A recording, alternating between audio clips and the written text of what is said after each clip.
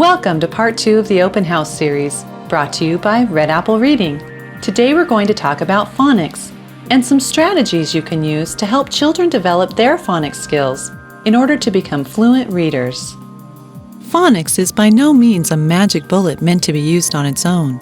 In a balanced approach to reading, phonics is just one of the 5 necessary components for an effective and comprehensive reading program.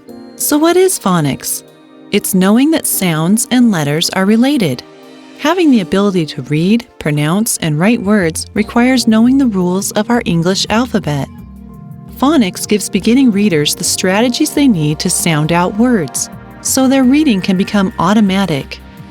Once a child reads without constantly struggling to figure out each word, real understanding of the reading can take place.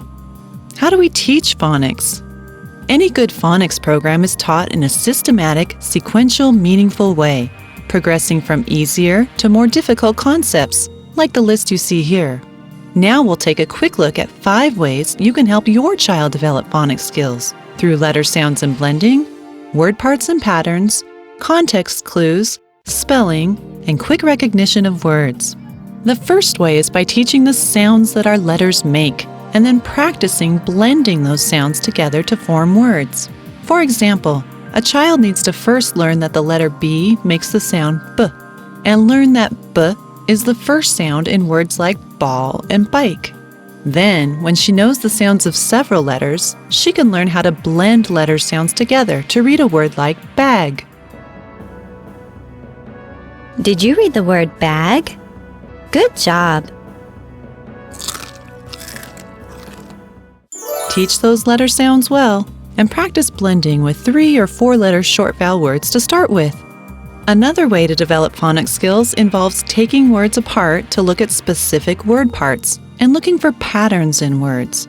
Practicing with word families is helpful because a child can learn to switch out a beginning sound and more easily read the next word. Also, point out and practice finding digraphs in words like sh, ch, and th, and vowel patterns like 2 e's together making the long e sound.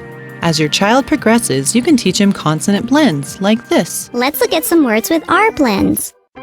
Brick. B and R are a blend, and we read them as burr.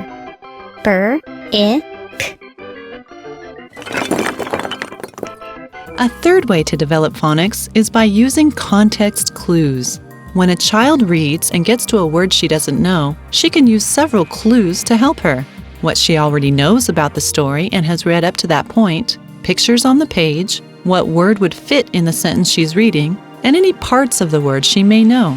Altogether, these context clues help even adult readers figure out unknown words while reading. You can help with this when reading together with your child by asking questions that will give your child clues to figuring out those unknown words. The fourth strategy is spelling. By learning spelling patterns in words, your child can better translate the sounds he hears into words on paper. Magnetic letters, letter tiles, or a whiteboard and colorful markers can make this practice more fun. Talking about patterns you find in words as you come across them makes the learning more meaningful. For example, if a child spells the word duck, D-U-K, teach him that most words with the k sound at the end are spelled with the letters C and K together. Our fifth and final phonics strategy is learning to recognize words quickly and automatically. Flashcard games can be effective and fun, but mostly your child needs a lot of reading practice. The more your child reads, the more words and word patterns will become familiar, making the reading easier. But it's important to remember that the level of reading needs to match the level your child is at. If he's reading on his own, the material must be much easier than if he has you there reading with him. Stories with controlled vocabularies, like easy readers, are excellent practice for an emergent reader. Practicing these 5 phonics strategies regularly will give your child a significant advantage in learning how to read.